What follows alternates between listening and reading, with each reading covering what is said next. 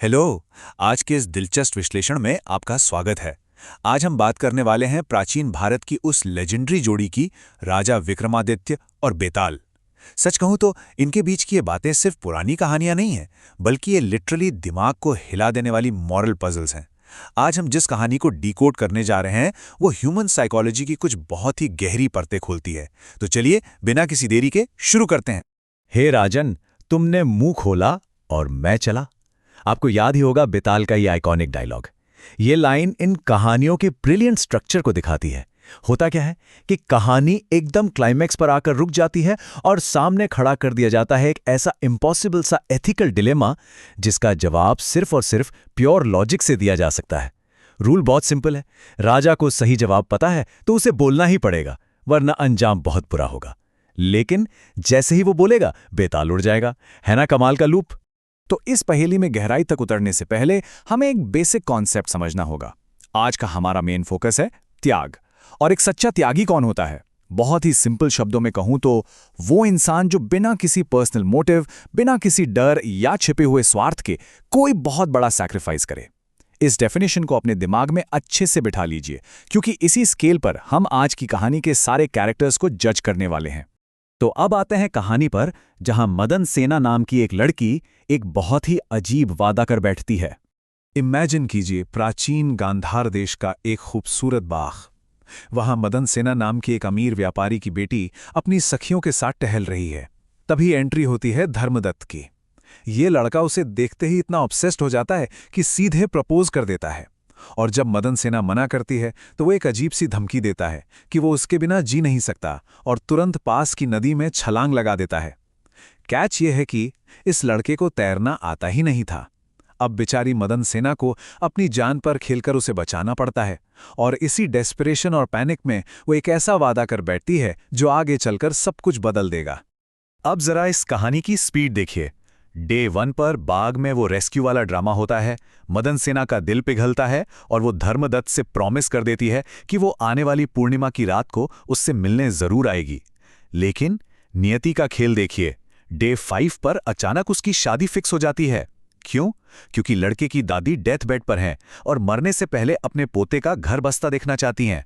तो उस भारी पारिवारिक दबाव के चलते पूर्णिमा की रात से ठीक पहले मदन सेना की जल्दबाजी में शादी कर दी जाती है।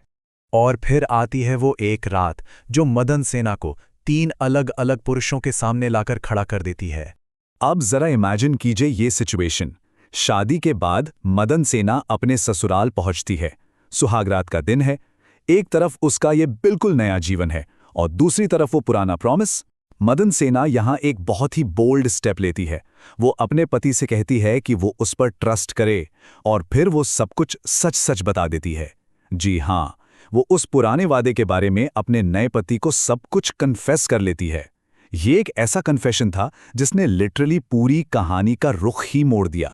और पता है, सच्चाई जानने के बाद पति क्या करता है? वो उसे जाने देता है। अब मदन सेना का ये सफर देखिए। वो गहनों से लदी हुई रात के अंधेरे में निकलती है। रास्ते में उसे एक चोर पकड़ लेता है।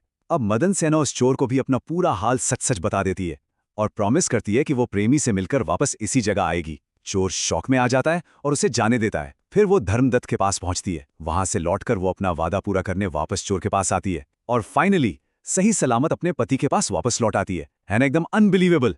लेकिन इस पूरे एपिसोड में जो चीज आपको सबसे ज्यादा हैरान करेगी वो है इन तीनों आदमियों का रिएक्शन। देखिए, पति ने उसे प्रेमी के पास जाने दिया। प्रेमी धर्मदत्त, जो कभी उसके लिए नदी में कूदकर जान दे रहा था, अब उसकी बातें सुनकर उसका इंटरेस्ट एकदम खत्म हो जाता है और वो उसे वापस घर भेज देता है। और वो चोर, जिसके पास उसे लूटने का परफेक्ट चांस था, वो अचानक एक गहरे गिल्ट में चला जाता है और उसे उसके सारे गहनों के साथ सुरक्षित जाने देता है। और एंड में पति उसे वापस एक्सेप्ट कर लेता है। तीनों ने ही अल्टीमेटली उसे बिना नुकसान पहुंचाए आजाद कर दिया। और यहीं पर बेताल अपनी कहानी को रोकता है। और अब आता है वो $1 मिलियन क्वेश्चन।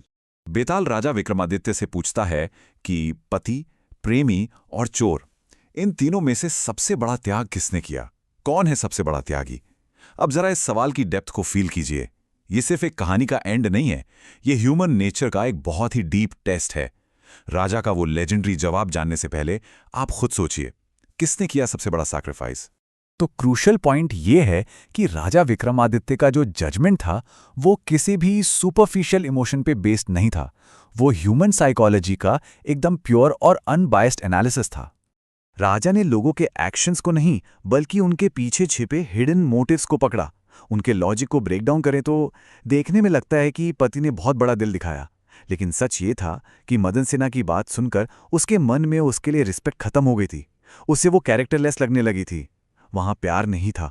और वो प्रेमी धर्मदत्त, उसे सिर्फ इस बात का खौफ हो गया था कि कहीं मदन सिन्हा का पति राजा से उसकी शिकायत न कर दे और उसे सजा न मिल जाए। तो वहां डर था। लेकिन वो चोर, उसका केस बिल्कुल अलग था। और ये बात एक्सटर्नल प्रेशर और इंटरनल चेंज के बीच के फर्क को ब्रिलियंटली समझाती है।